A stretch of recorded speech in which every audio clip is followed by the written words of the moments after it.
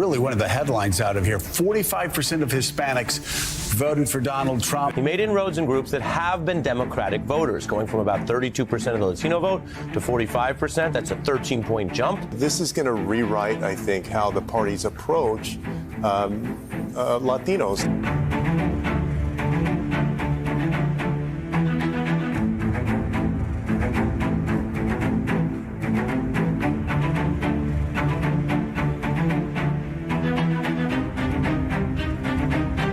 This is Florida, this is Miami-Dade. They went Republican. There's almost 3 million people in Miami-Dade County. It's a 70% Hispanic county. 55% of the vote in Miami-Dade County went to Donald Trump.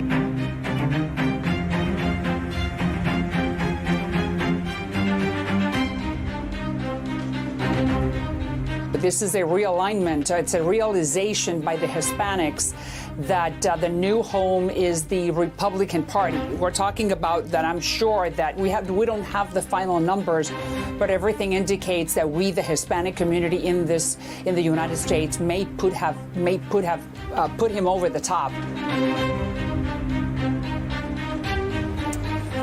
Hello, welcome back. I hope everyone had a great lunch. I'm so glad you can join us for this part of the Global Women's Summit. I'm Leanne Caldwell. I'm an anchor at Washington Post Live and also co-author of the Early Brief morning newsletter at the Washington Post. Right now, I am joined by Republican Congresswoman from Florida, María Elvira Salazar. Yes. Congresswoman Salazar, thank you so much. Sure, thanks for having me. I love it. And yeah. After lunch, even better. Hope they don't fall asleep and I know, take a little nap. We have so a we gotta, big we gotta keep it up. keep everyone awake. Yeah, right that's now. right. Yeah. Keep them awake.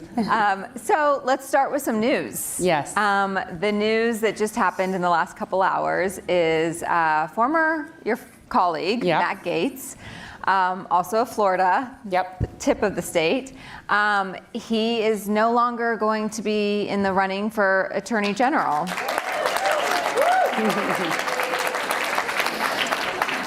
What is your reaction to that? Well, I think the reaction is that he showed that he put country over party and over himself. Mm-hmm. And he realized that maybe that was too difficult to make it to the finish line, and that I think it was laudable what he did. And he did not want to start the whole controversy. Yeah, do you think he would have been a good Attorney General?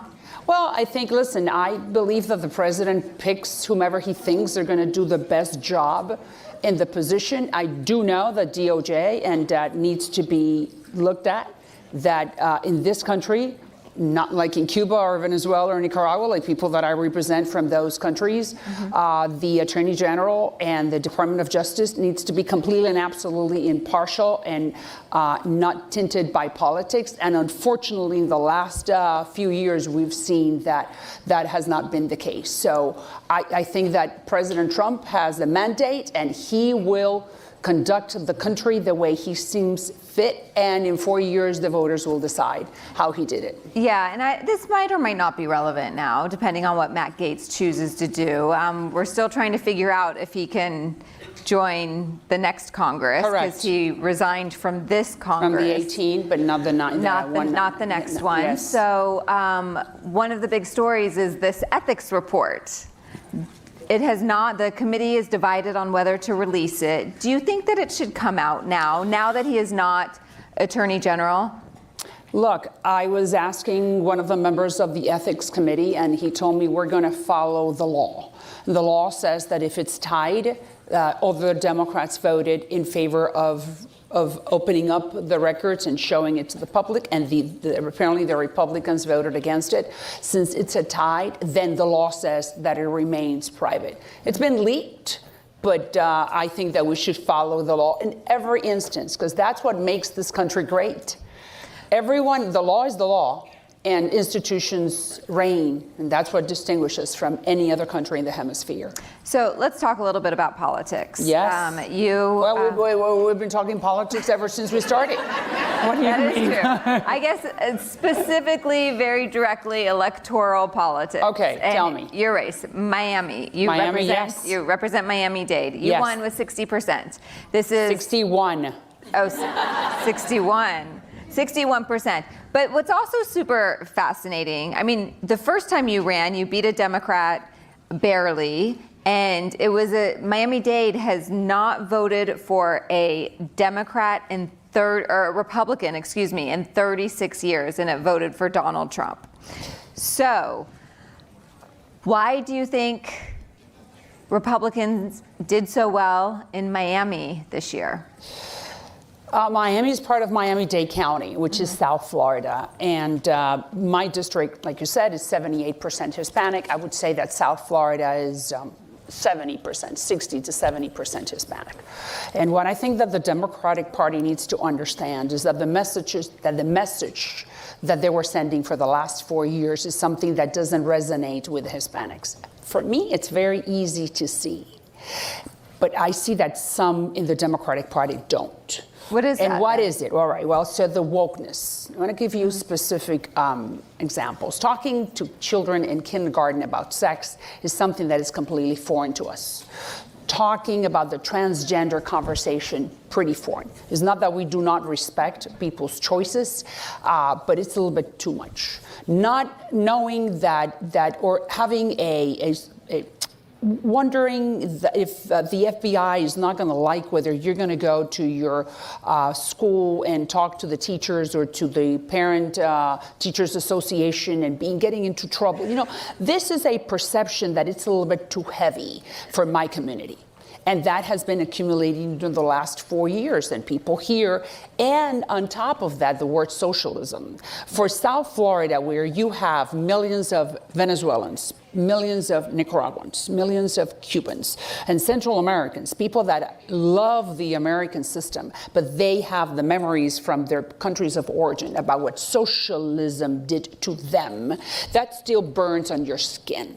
So when someone in the Democratic Party says, well, we want to be democratic socialists, just the word, it just makes you run the other way, and that's exactly what happened. So is it more cultural than cultural issues, than economic issues as to why? But then on top of that, then you had inflation.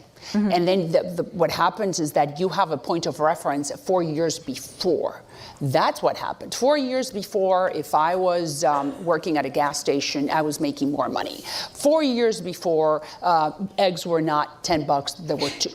4 years before, I could buy a house and the interest rates were not so high. So you see people that do not maybe understand or remember or know who their representative in Congress is, that maybe they don't even know very well who's the name of the mayor.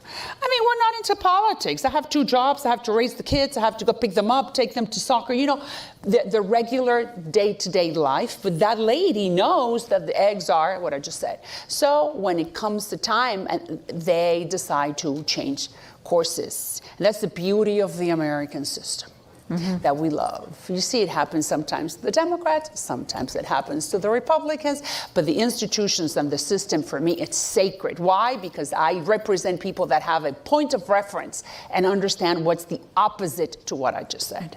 So one of the things that President Trump, which, you know, Donald Trump won your district, he said he would do on day one is a deportation force. What do your constituents think about that, and what do you think about that? I think it's a fantastic question. It's something that I've been telling and sending messages through my colleagues to the administration. You know, I wrote the Dignity Law, which is for those... Which has a path to legalization for people who are here. Well, it gives dignity. It's a dignity status. The path to citizenship is something that we can go into, but first and foremost, what it gives you is it brings you out of the shadows. If you have been an undocumented for more than 5 years and you do not have a criminal record and you have American children, that gives you a status of dignity, which is one of the 7 tenets of conservatism, human dignity. That does not mean that you're going to become an American immediately, but you know, most of my members in my community do not necessarily want the path immediately. They just want to live a dignified life in the promised land. And that's what my bill gives them. So the deportation army should concentrate on the criminals. Let me tell you something. During the last, and I'm sure that we're surrounded by people who are registered in the Democratic Party. The last 4 years, just the fact that the Biden administration opened up that border and happened what happened, you had 10 million people coming in, 2 million gotaways.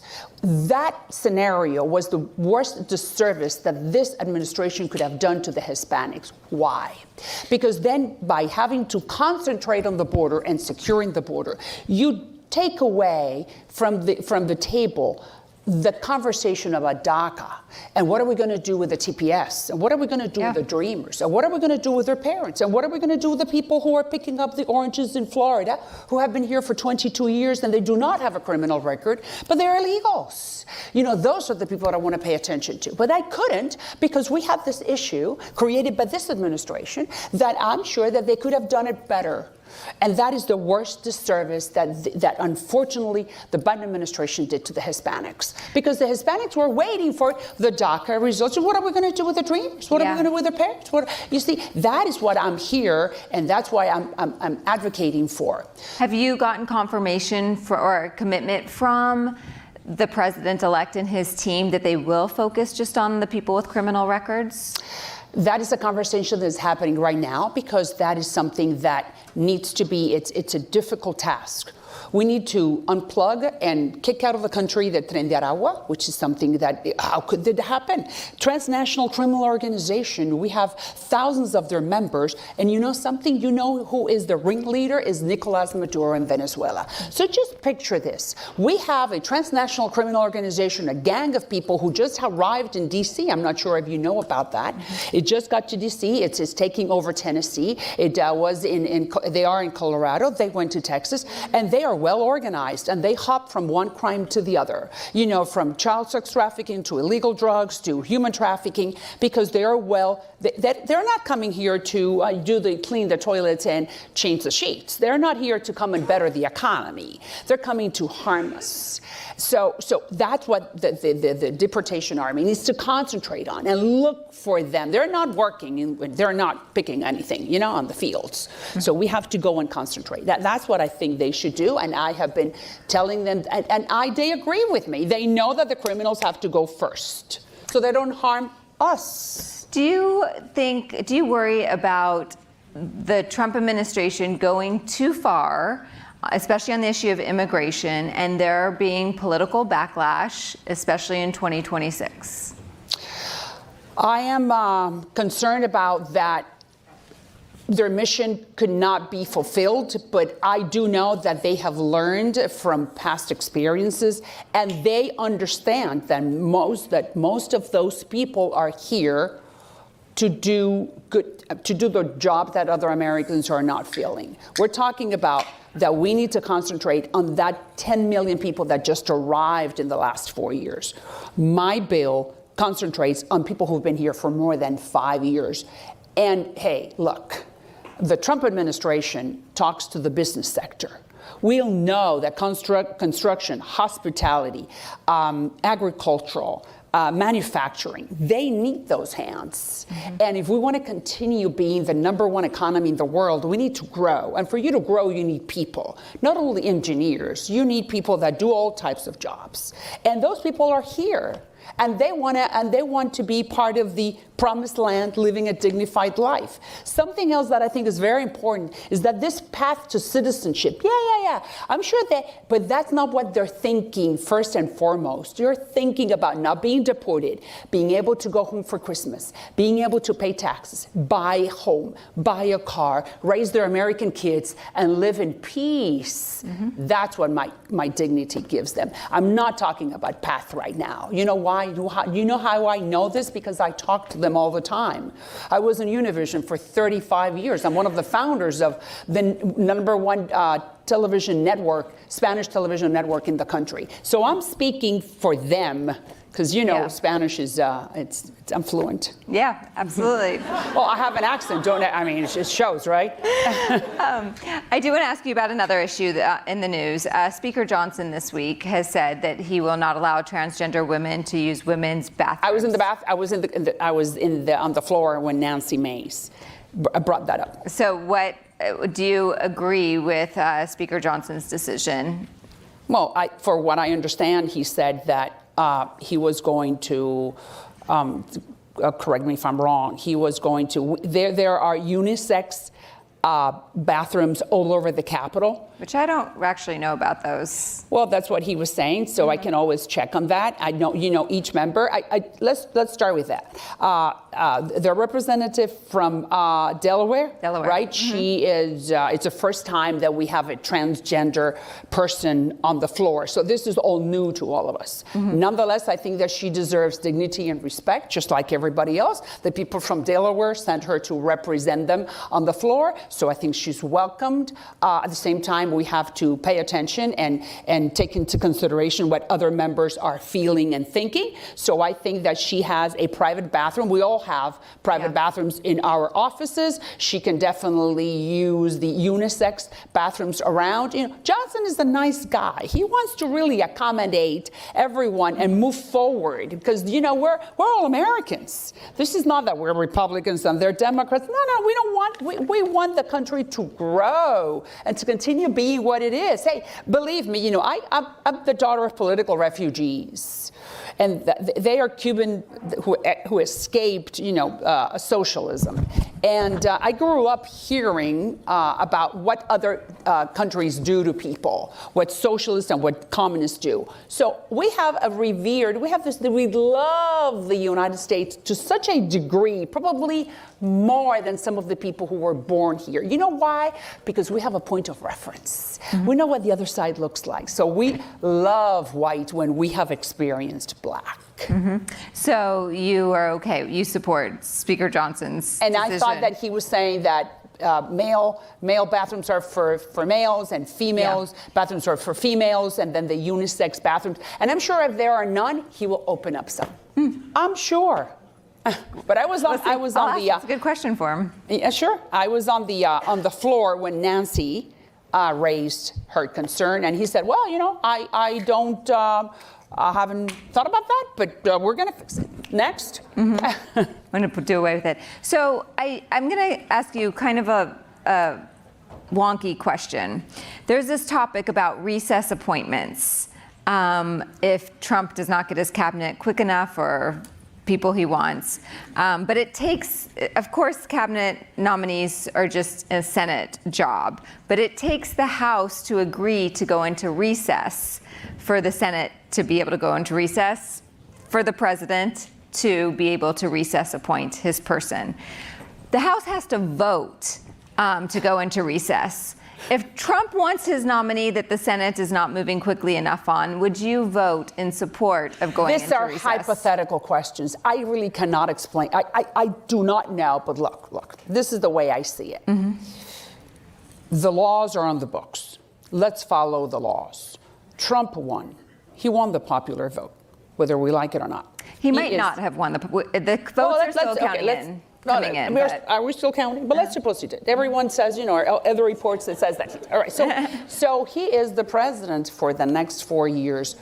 Let's give him the same chance that we've given any other, including Clinton, Obama, Carter. You see, that's the way I see it. I understand that some people may not agree with his personality. They may not agree with the way he speaks, may not agree with his person, but he won. And and we got to respect it, because if not, we're Cuba or Venezuela.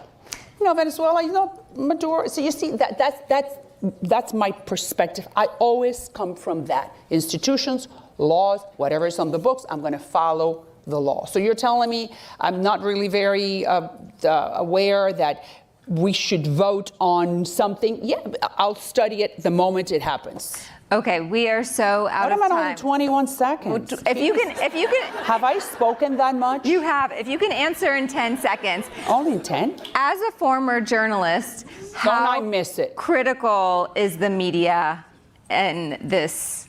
Very critical. Okay. But you see, the media cannot be biased, because when the media is biased, it loses its power. And that's what has happened on both sides. So we got to stay in the middle, and we have very few people in the middle. You see, I think I was one of them. That's why I'm in this position, because even the Democrats voted for Salazar, because they knew that I was unbiased and impartial. Great. I wish I could follow up, but I cannot. Congresswoman Salazar, the clock. Thank you so much for your time today. Okay. And I think I am supposed to announce who is coming up next. Yes, please stay with us. We'll hear from two